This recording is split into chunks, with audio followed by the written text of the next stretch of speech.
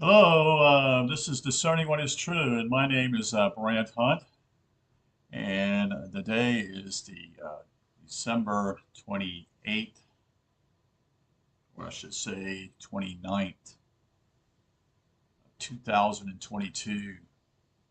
And what I'm going to be doing tonight is reading a few more chapters of the Tavistock Institute um, that, of Human Relations, which is put out by Mr. Coleman.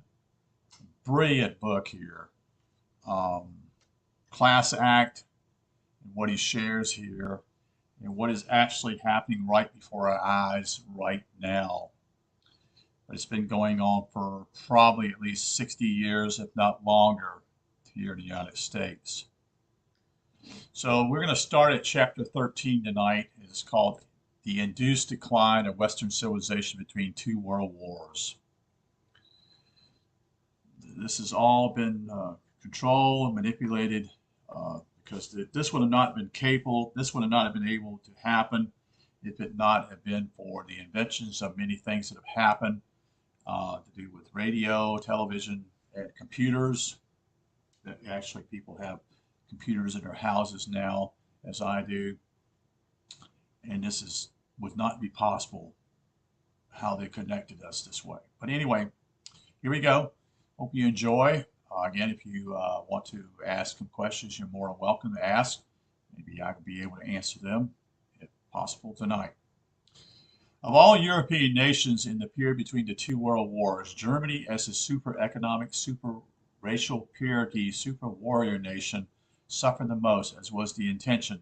The League of Nations was the first draft of the last approaching New World Order inside a one world government, and the peace proposals at the Paris Peace Conference, directed and controlled by Tavistock, was meant to cripple Germany and make it a permanent second-class European power, their self-respect destroyed through the social demotion to pauperism or a best proletarian status.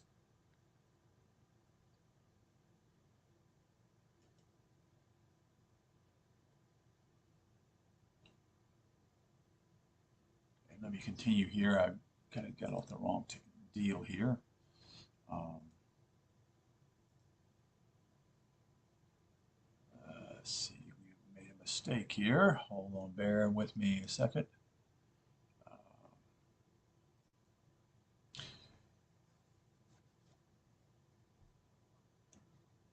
We shall never know whether Tavistock miscalculated or indeed set the stage in the matter for a bigger, bloodier war.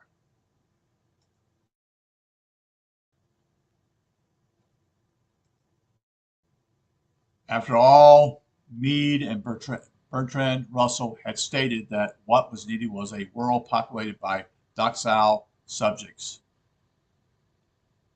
Bertrand Russell had remarked on the childlike character of the American Negro he had encountered during his travels to the United States. Russell said he preferred them to the white people. He also said that if the white race was to survive, it would have to learn to behave in a childlike manner of the Negro. Yet in the same breath, the Tavistock emissary called black people useless eaters and declared that they ought to be wiped out in mass. Russell also liked the docility of the Brazilian people, brought about, he thought, by inter-race breeding with Africans brought over as slaves. There's a school of thought that one of the primary objectives of the fiends who planted both world wars was that they would be fought for the most part by young white men. It's certainly true that Germany, Britain, the US, and Russia lost millions of their flower of their male population who were removed from nation building stock forever. In the Tavistock Engineer World War I, war fronts and battles were arranged in such a manner that Russia lost 9 million men killed, or 70% of its entire military strength. 9 million people. And actually, Russia didn't fight but maybe 2 years of the war. Are you well aware of that? With the exception of Russia, the aristocracy suffered much less than the bourgeoisie from the economic consequences of war and revolution. Traditionally, much of their wealth was in land, which did not depreciate as much during the inflation as some tangibles. The disintegration of the monarchs, except in England, hit the old order of society of the upper classes who could not continue to serve society in their roles as officers or diplomats, as there no longer are much demand for their services. Opportunities for such service were far fewer than they had been before the war. Some of the Russian aristocrats courageously accepted proletarian or even mental status, like the Russian taxi drivers, nightclub doormen, and head waiters in post-war repairs. Others went into business. Most, however, fell into a life of social denegation, where the strictly guarded frontier between societies were once impassable in the old monarchy capitals and cafe societies now appear large gaps as the lines gradually became blurred. As the Duke of Windsor put it in his memoirs, A King's Story, the force of change had not yet thrust so deeply into the texture of British society as to have obliterated much of the old elegance. During the so-called London season, the West End was almost continuously bald from midnight until dawn. The evening could always be saved by recourse to one or another of the gay nightclubs, which had then become so fashionable and almost respectable. The word gay at that time meant happy. It was not co-opted as a euphemism for sodomy until the mid-50s. Nor did the Duke explain that the force of change was expertly applied by the Tavistock Institute. The declining female modesty that became noticeably soon after the end of World War I suddenly appeared everywhere and was increased with velocity. To the uninformed, it was a social phenomenon. Nobody could have suspected that the Wellington House and its sinister social engineers were its cause. Let me elaborate here, folks. They are the ones who actually control what you like and what you don't like. So certain clothes that are actually coming vogue are around for a few years and suddenly it's no longer. The same thing with music, the same thing with even the talk that people have, certain words we use is part of their whole dynamic with their music and many other things that are applied. Accompanying this testamentary emancipation was a movement of revolt, particularly among young people, against every conventional restraint of mind or body coming to a close amid the shattered idols of the fallen empires. The post-war generation in Europe revolted against every moral and custom as they fought desperately to throw off the horrors of war they had lived through. Necklines plunged, public smoking and drinking became a form of revolt. Homosexuality. This is what people don't understand. What is happening, the dynamic is being applied here, is causing people to fall lower on the social spectrum. Okay? Homosexuality and lesbianism became demonstrable, not from any inner conviction, but by way of protest of what had happened as a rebellion against what the war had destroyed. Radical and revolutionary essence manifested itself in art, music, and fashion. Jazz was in the air, and modern art was thought to be cheap. The comprehensible element in everything was don't have a care. It was unsettling and unreal. Those were the years when all of Europe was shell-shocked. The Wellington House and Tavistock had done their work really well. Underneath the hectic sense of being propelled forwardly by uncontrollable events, there was a spiritual and emotional numbness. The horror of the war in which millions of young men were needlessly slaughtered, maimed, wounded, and gassed was just now beginning to register, so the thing to do was to blot it from remembrance. The causality of the casualties made war all too real in its ghastly and cruel ugliness, and people recoiled from it in shock and revolution, in despair brought by disillusionment of peace. Europeans, with their superior culture that epitomized Western civilization, were shell-shocked to a greater degree than were Americans. They lost their faith in the rudiments that made the progress that had sustained their fathers and their grandfathers and made their nations great. This was particularly true of Germany, Russia, France, and England. Thinking people could not come to grips with why the world's two most civilized and advanced nations had torn each other to bits and taken the lives of millions of their finest young manhood. It was as if a terrifying madness had gripped Britain and Germany. To the initiated, it was not madness, but the methodology of Wellington House that gripped the British youth. The fear that it might happen again was what almost prevented the outbreak of World War II. Officials returning from the carnage described to the news journals the horrors of hand-to-hand combat that had frequently occurred in the Great War. They were appalled and aghast, horrified and afraid. None of them could understand why there had been a war at all. The dark secrets of Wellington House and the Olympians remain hidden, even as they are hidden in this very day. The same thing is happening right now with the threat of war between the United States and Russia, you see, about the whole issue in Ukraine. It makes no sense. It makes no sense at all. And yet, the more and more you hear the stories of U.S. buildup, this and that, where our soldiers are now on ground in Ukraine, if that's true or not, who knows? So, and excuses that our quote-unquote administration does. And what we have done is simply as we've given away our military hardware to a madman in Ukraine. Where once the laying of a reef at the Centipede in Whitehall, London, by the monarch of England had brought solace, it now engendered bitterness, anger, and loathing.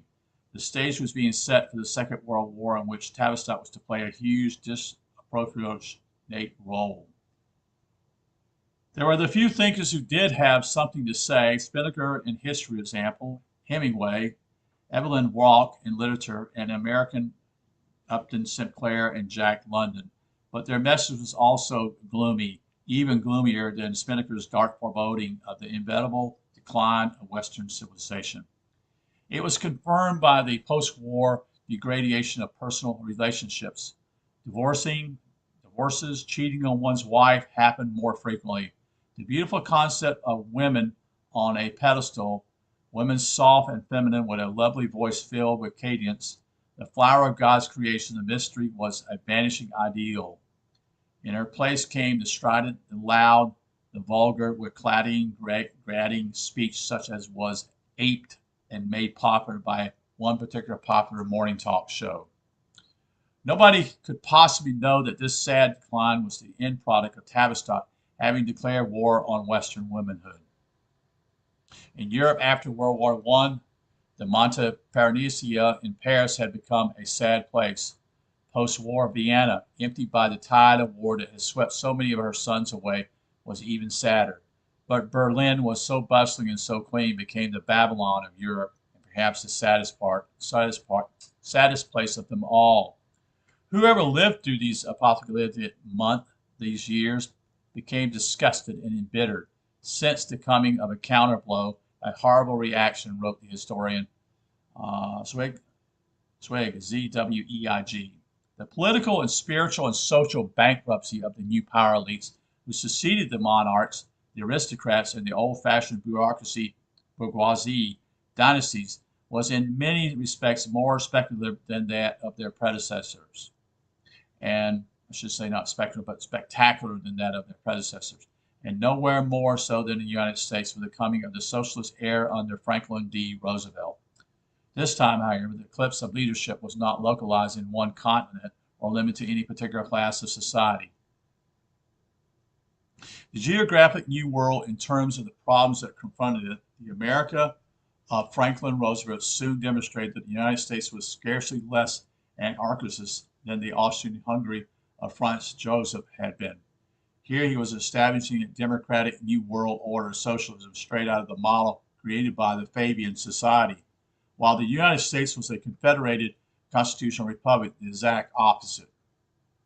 Neither the shift of the European locus of power and prestige from the former Central Empire Western democracies, nor the replacement of the ruling class within the fallen monarchies to the United States did anything to the improved economic, political, social, moral, or religious climate of the post-World War I world.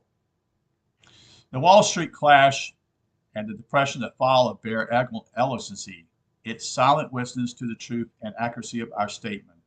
The manner in which this event was contrived by the Tavistock Institute can be seen in the timetables of events at which we will provide in the appendix. Chapter 14. The title of the chapter is America is Not a Homeland. The United States of America has long been the most fertile ground for the wholesale spread of propaganda. Its people have been connived, lied to, cheated, at which the British have always led the world, the premier mind control, brainwashing, and propaganda center in the world being the Tavistock Institute of Human Relations. Its forerunner was the organization put together by Lord Northcliffe, who married into the Rothschild family and who was ably assisted by Lord Rockmere and the Americans Walter Lippmann and Edward Bernays. These are the key. When he's pointing out these guys, he's said this many times. These are the four major people, and two of them from America. That is Lord Rockmere and Lord Northcliffe, and then the Americans Walter Lippmann and Edward Bernays. From this modest beginning in 1914 grew the Tavistock Institute of Human Relations, which had no peer when it came to creating propaganda. It is amazing when you think about this. This is my think on this. This is 1914.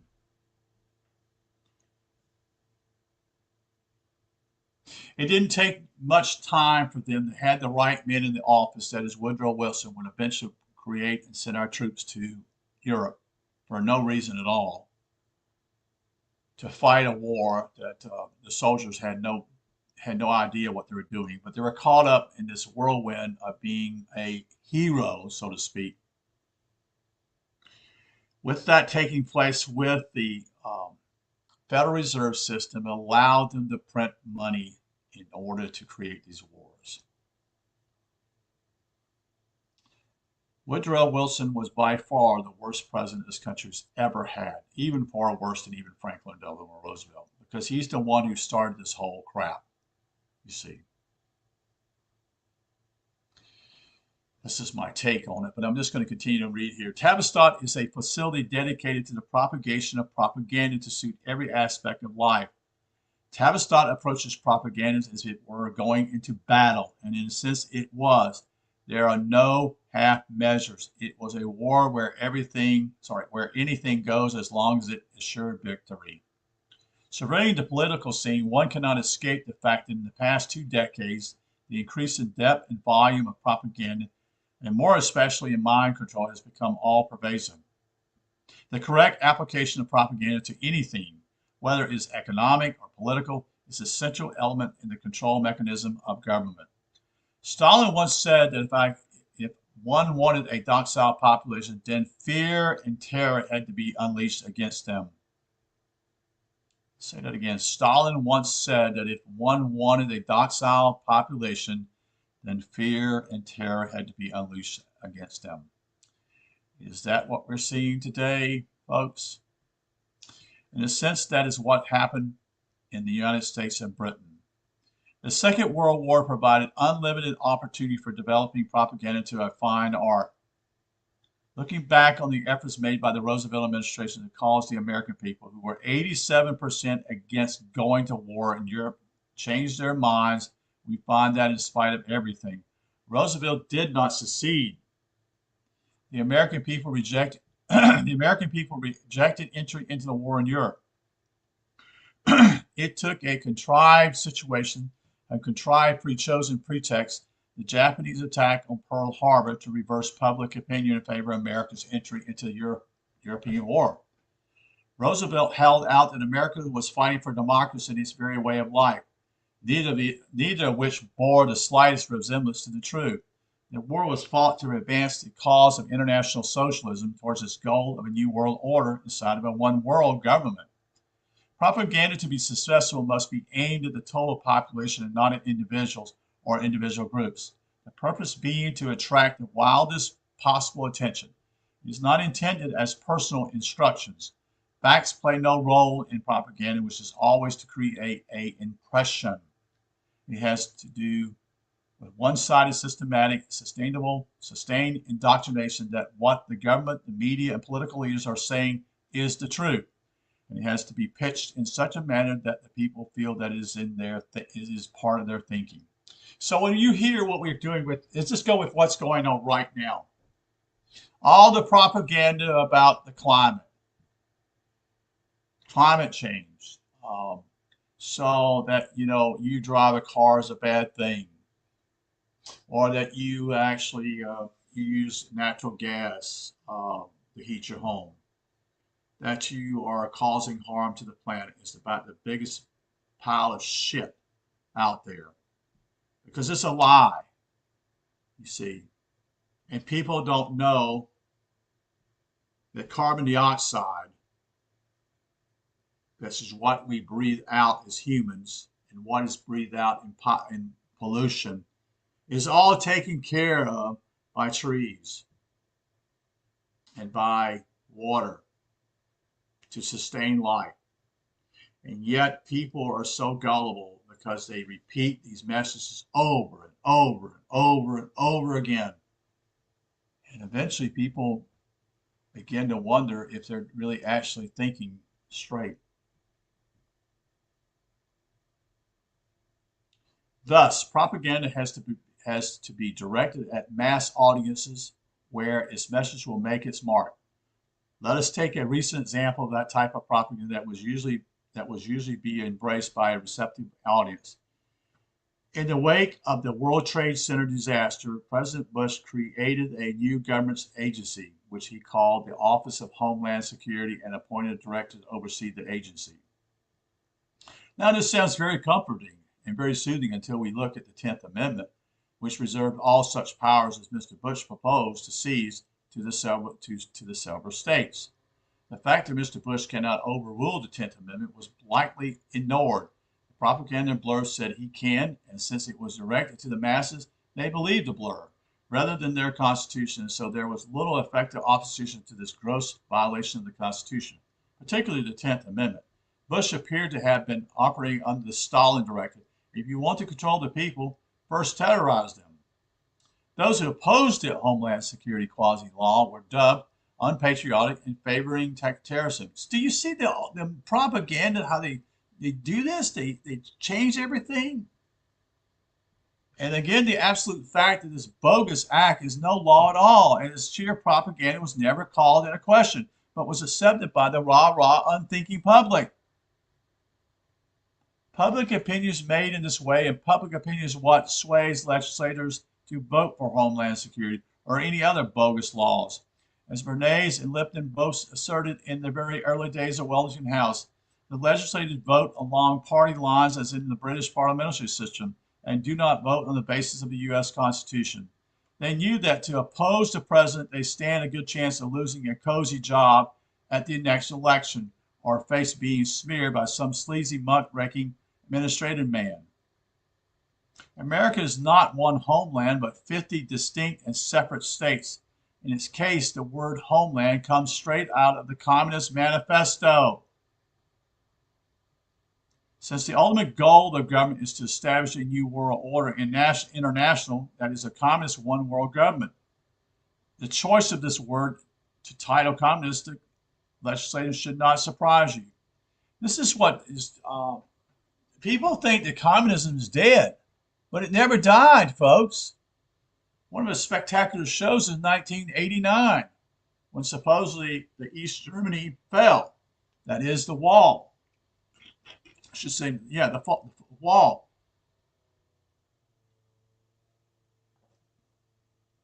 It was done that way.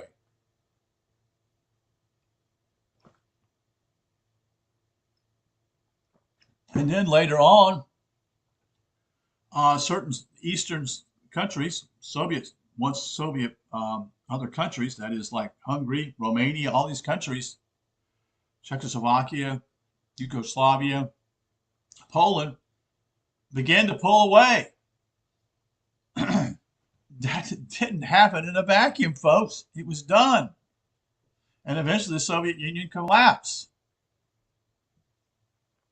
I always understood this very clearly as a poli-sci major in political science and spoke out against it long ago. When CNN News went to Russia, or Soviet Union at that time, and basically filmed what we would call a coup d'etat. But a coup d'etat works this way, folks. When a coup d'etat or coup takes place, they cut all the communication lines out, folks. Always have and always will. In other words, they cut the lines of being able to transmit out or get anything in, so that the people have no idea what's going on. That's how you handle a coup. Okay?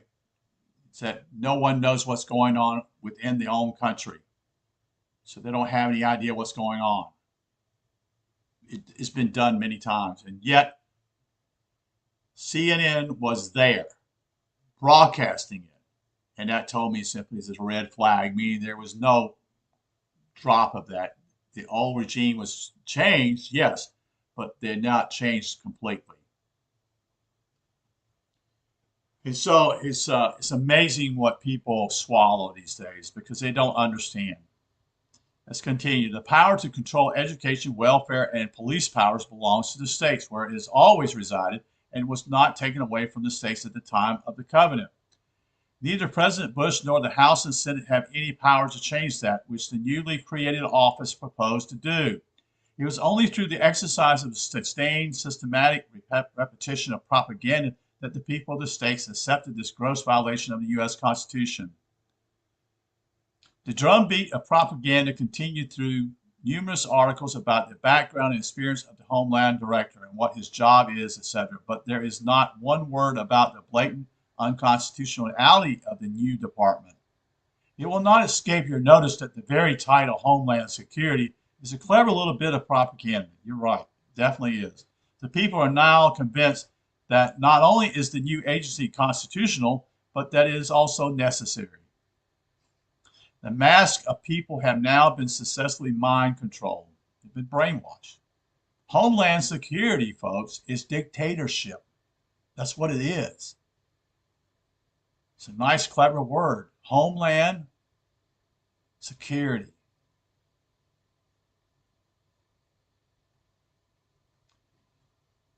Those who wish to study the matter instead of merely watching the CBS Evening News will find something quite different from an account of an independent commentator and the accounts in the press. As always, such persons will be in the minority, so that is his opinions, even if it's expressed, will not alter the purpose and intent of setting up the new agency.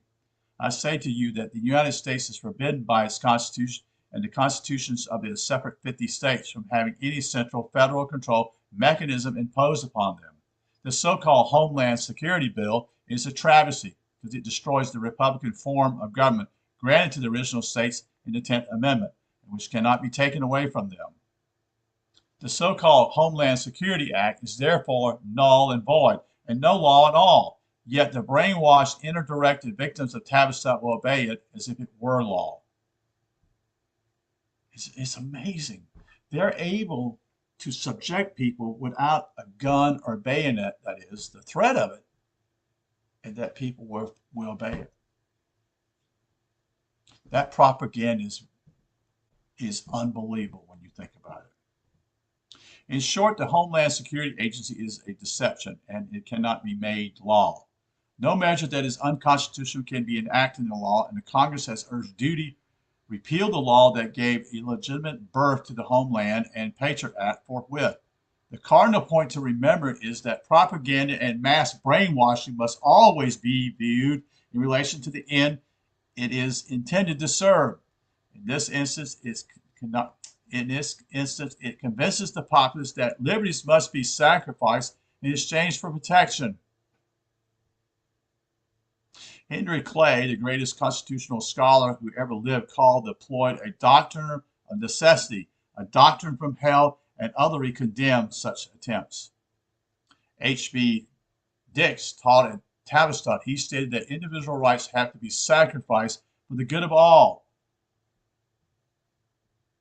That includes the measure of violating the highest law of the land. It must be accepted because it is for the good of all. This is better explained if we take an example the propaganda and brainwashing that accompanied President Roosevelt's desperate efforts to invoke the United States in the war going on in Europe via Japan. When the anticipated attack on Pearl Harbor happened, Roosevelt knew the day and the time it would take place. You better believe he did. Announced in speeches written for him by the Tavistock Institute that the American people would be fighting for the highest noble cause, the defense of the nation, defense of freedom, and for the future security and well-being of the nation. As is usual in such cases, the facts spoke of a far different set of objectives. So what happens in a particular, what makes a difference between the Western society is that individual rights become primary.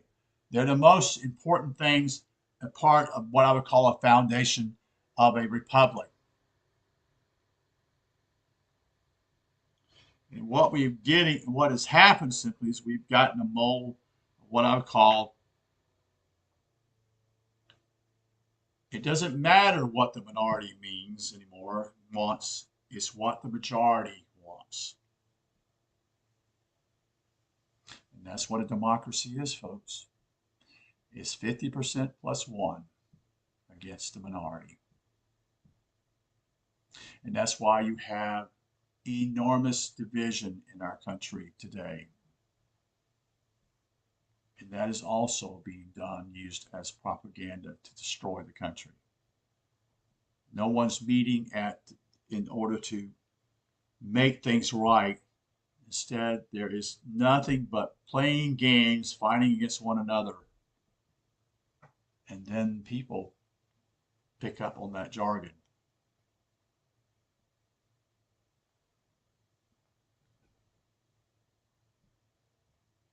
Roosevelt did not say that the American people were going to war to fight for the advancement of international socialism and for the goals of the New World Order, international communism, one world government. The American people were told that Germany intended to enslave the world. This was a very good line because even the most poorly educated people realized that slavery is one of the worst fates that mankind could be called on to suffer. By introducing the word slavery, a sympathetic chord was struck. Once again, propaganda bore no relation to the facts. Thinking persons not susceptible to propaganda would have realized that a small nation like Germany could not possibly enslave the world, even if it had wanted to do so. The resources and manpower were just not there. Germany did not possess the vast maritime fleet to make such an attack on the United States a real possibility. Of course not. Their strength was their army, but not their navy. Yeah, they had a submarine warfare, but that doesn't move anything, folks. It's a defensive measure. It's what we would call a attack and back off. Attack and back off, what we call submarine warfare. It's not a strategy as you would use with what we call the military, that is the Navy, you see, when it actually moves not only men, but material. The promoters of the war realized from the very outset that for momentum to be maintained, a sustained blast of propaganda would be necessary. The same principle was followed by Vice President Cheney in the weeks preceding the U.S. attacks on Iraq. He distorted facts, delivered blast after blast of fear rhetoric, and twisted intelligent information to fit his purpose. Nobody worked harder than Cheney to ensure that war with Iraq would not be prevented at the last minute. It was important that even Roosevelt attract the attention of the masses to issues and bring them home to the people, hence the endless press reports, the newsreel showing endless at cinemas and endlessly brainwashing speeches of the politicians. Propaganda had to think about even what took place in the Vietnam War when I was a kid. It was reported every day. when I was a kid. And it was blasted such and such.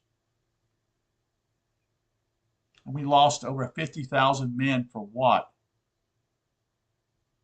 And that was just men. It doesn't talk about the main people who lost their parts of their body or the what I would call other issues in their lives that they never would get over.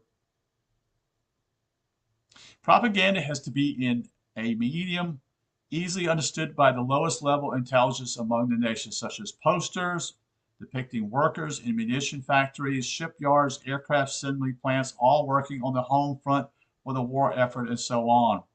In the aftermath of WTC, the World Trade Center tragedy, much of that type of mass brainwashing propaganda was revived. Do you remember the movie Saving Private Ryan, folks? Do you remember that movie? That movie came out about a year before the World Trade Center tragedy. It got rave reviews as though it was something, a great thing, saving a family, which as far as I know was a hoax. I don't know of anything that happened that way. It doesn't mean it didn't happen. It's always to drum up the whole idea of war, folks. That movie was enormously watched by people. Many people went to see that movie 2 or 3 times. It was already preparing the ground for people that what was going to happen.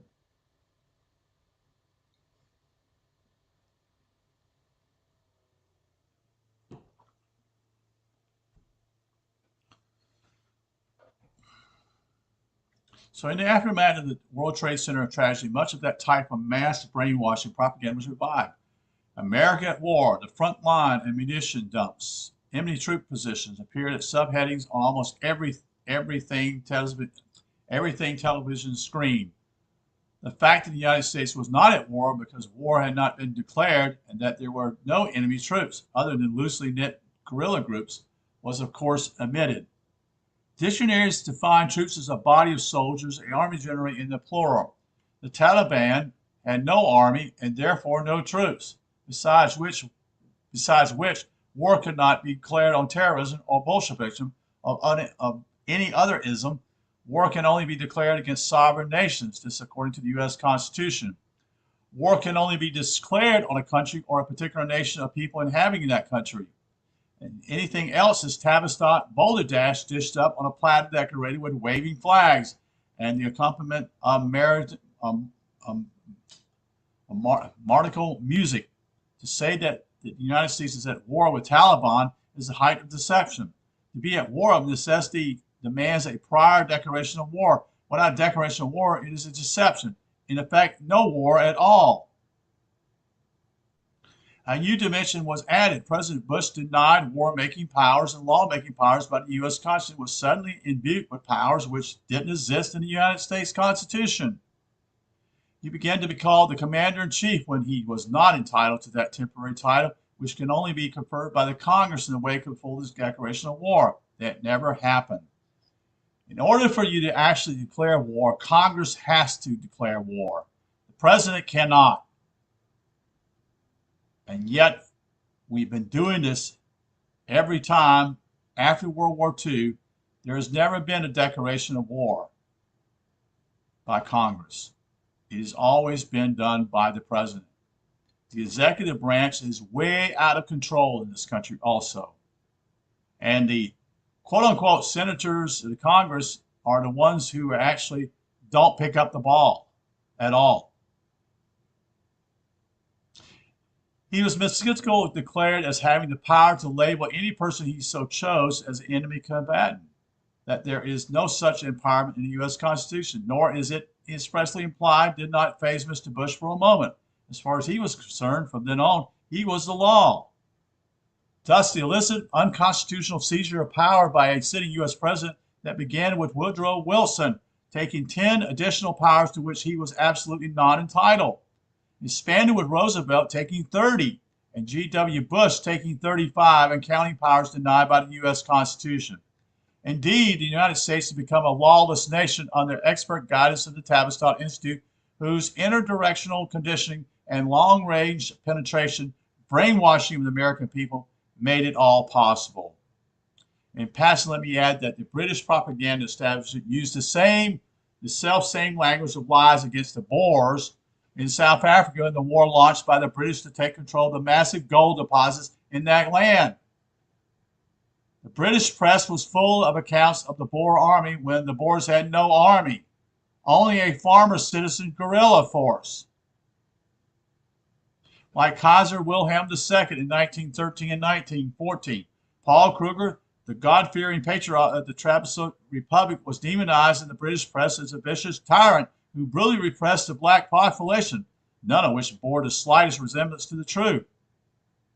Eventually, a formula was arrived through a series of trials and errors in World War I and World War II, and was received and adapted for use in the U.S. attack on Afghanistan. It was enough to catch the fancy and attention of the bulk of the American populace because it was pitched to their psychological level.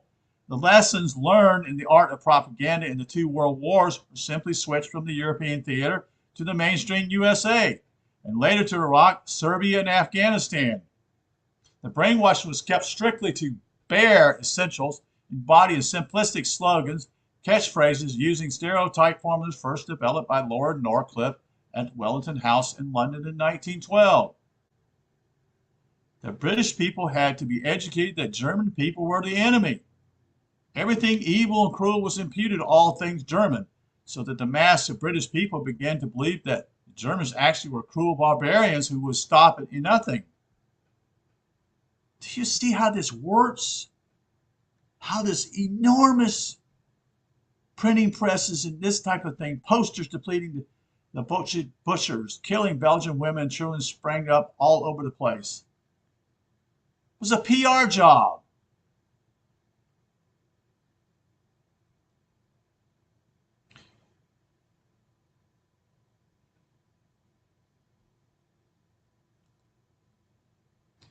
So we go now to the chapter 15 as I continue to look at this Tavistock issue, chapter 15. The media role in propaganda. As the media played a huge role in propaganda, it's perhaps a good idea to see where this started and how it has come to pass that the media in the U.S. almost is now a fully controlled propaganda organ. The period prior to the First World War was a classical series of events in which personalities were manipulated, the worst offenders being the British and American newspapers. As in all wars, someone has to be demonized to get the public involved. In 1913, it was Kaiser Wilhelm II of Germany who was demonized before, during, and after that terrible war. One of the principal creators of propaganda of that period was Lord Northcliffe, the noted press baron, a relative of the Rothschilds, and a hater of Germany. Interesting. Hater of Germany. So his own personal wars. Northcliffe ran Wellington House as a major center for anti-German propaganda, and he harbored a particular hatred of Wilhelm II, who was a cousin of Queen Victoria of the notorious Black Gallatin dynasty of Venice. Northcliffe abused Wilhelm II on every possible occasion, especially on the occasion when the Kaiser talked about German military might and proudness. Wilhelm was given to childish boasting, and most European governments knew him as a man who liked to play soldiers and dressed in outlandish decorated uniforms. Wilhelm was very distinctly not a military man. As a Rothschild, this irked Northcliffe, who began warning that Germany placed in the sun, as the Kaiser liked to call it, was a danger to the rest of Europe. That this claim was without the slightest foundation did not seem to bother Northcliffe, who maximized it to the extent where it was marvelous to behold. The truth is that Germany was not a threat at that time, nor was the Kaiser a mighty warrior waiting to strike, but rather a man prone to nervous breakdowns, of which he had three of them in 5 years, and a near useless withering arm where it did not project a martial man at all. The nearest one can say that Wilhelm got to being martyred was his love of dressing up in extravagant, bedecked uniforms. In truth, Wilhelm II had little, if any, control over the German military, a fact that Northcliffe was well aware of and yet chose to ignore. You got to find a villain. You see, In this, the Kaiser was on the same level as the British monarch, King George V, who had no control of the British expedition force that stopped Northcliffe of the launching a blistering attack on Queen Victoria's German cousin, blaming him for being responsible for a whole list of atrocities allegedly carried out by the German army driving through Belgium. Of course, the German high command did wrong in invading due to Belgium, but they were only in transit with no plans to occupy the country. It was all part of a tactical plan to march on Paris, taking a shortcut through Belgium to outflank the French armies. Of course, remember we studied that in school. They had actually created what they call a marching line. They put they put a deal with France to put this whole thing underground. They were going to try to quote unquote keep anyone that attacking them, the Germans especially. They spent millions of dollars for this.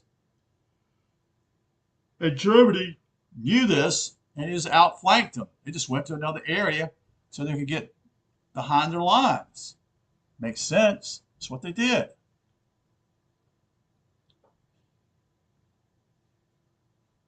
It was all part of the. Anyway, there would have been nothing to gain by deliberately killing civilians, a fact that the German high command had stressed. Northcliffe called the Kaiser a megalomaniac with a hunger to rule the world, which in any case was quite beyond the capabilities of any European power. In 1940, Churchill accused Hitler of having the same desire to rule the world, knowing it is to be false. Churchill also declared Hitler a madman, knowing his characteristics as a chancellor to be false. But not to be discouraged, Northcliffe had his media outlets constantly referred to Wilhelm II as the mad dog of Europe. Wellington House engaged the services of a cartoonist who regularly depicted Wilhelm II as a slobbering mad dog, ape-like creature. The cheap cartoons were made up into book form and quickly granted a status by the press that was absolutely nonsense. The cartoons were in poor taste and even poor execution. The book was what the English used to call a penny horrible. Showing the power of the press, Northcliffe got the media to give rave reviews about the book. According to Lord Asquith, the Prime Minister was persuaded to write a foreword to what was essentially absolutely farce. President Wilson invited the artist, a Dutchman by the name of R.A.E. Makers, to the White House when he was on a book selling tour of the U.S. as was expected. Wilson lionized the cartoonist and gave his blessing to the book. Even the legendary Punch magazine joined in the campaign to defeat Wilhelm in the most unfavorable light. It seemed that no journal escaped having to print the torrent of sewage that poured forth from the Wellington House. It was propaganda in its rawest forms. It was not long thereafter that the effect rubbed off on the people who began insisting that the Kaiser be hanged. And one minister of religion went as far as to say that he would forgive Germany as long as all Germans were shot. Hollywood soon joined in the act of condemning the hot Kaiser, of whom it knew nothing. First off, with the movie My 4 Years in Germany, adapted from a book written by a U.S. ambassador to Berlin, James W. Gerard. The movie was depicted as a factual account of the Kaiser preparing for war. Wilhelm was given the IQ of a paranoid 6-year-old child and depicted as a man riding a hobby horse. Scathing descriptions of his disability were repeated hundreds of times. Worse was to come with the Hollywood version of history entitled The Beast of Berlin that portrayed the Kaiser gloating over slaughtered Belgian civilians and chuckling in mirth over torpedo ships. None of this was true, but it served its purpose, generating a fierce hate against Germany and all things German that spread across the U.S. with astonishing rapidity. It was the basis of the worst type of propaganda ever seen and was carried out in relentlessness fashion by the British government, not only at home, but also where it counted the most, in the United States. Wellington House was counting on the United States to defeat Germany on the field of battle. In the late 1990s, it was but a very short step for the mass of the American people to believe the same of the Taliban and that President Hussein of Iraq, with who the Taliban was not connected. In fact, they hated each other. The fundamental questions were the Taliban as a whole and the people of Afghanistan separated from the Taliban, responsible for the dastardly bombing of the WCC. Does the Taliban actually exist, or is Osama bin Laden just another Kaiser Wilhelm II? Perhaps 50 years hence we might find out the truth. In the meantime, Tavistock is to play the propaganda card to the limit, and once again it succeeded. After the end of the war, the myth of Kaiser Wilhelm II persists. In fact, the same propaganda machine that had demonized him before and during the war did not give away until July 13, 1959, with the 100th anniversary of Kaiser Wilhelm's second birthday, which was celebrated by the BBC in the form of a documentary about the much abused former German leader. It explained how the British people were terrorized by blood-curdling accounts of the Kaiser slashing arms of Belgian children with his sword while columns of German soldiers raped women in Belgian villages that passed through, none of the accounts bearing any a faint resemblance to the truth. Even intelligent members of the British Parliament were taken in by the relentless storm of hatred stirred up by the Norcliffe and his crew, that included the Americans Lippmann and Bernays. However, as good as it was, the BBC document made no effort to explain how the myth of a monstrous Kaiser Wilhelm could suddenly arise from nowhere to take up the headlines in the newspaper. In the same way, no one has explanation to my satisfaction how Osama bin Laden suddenly appeared on the scene. You're right.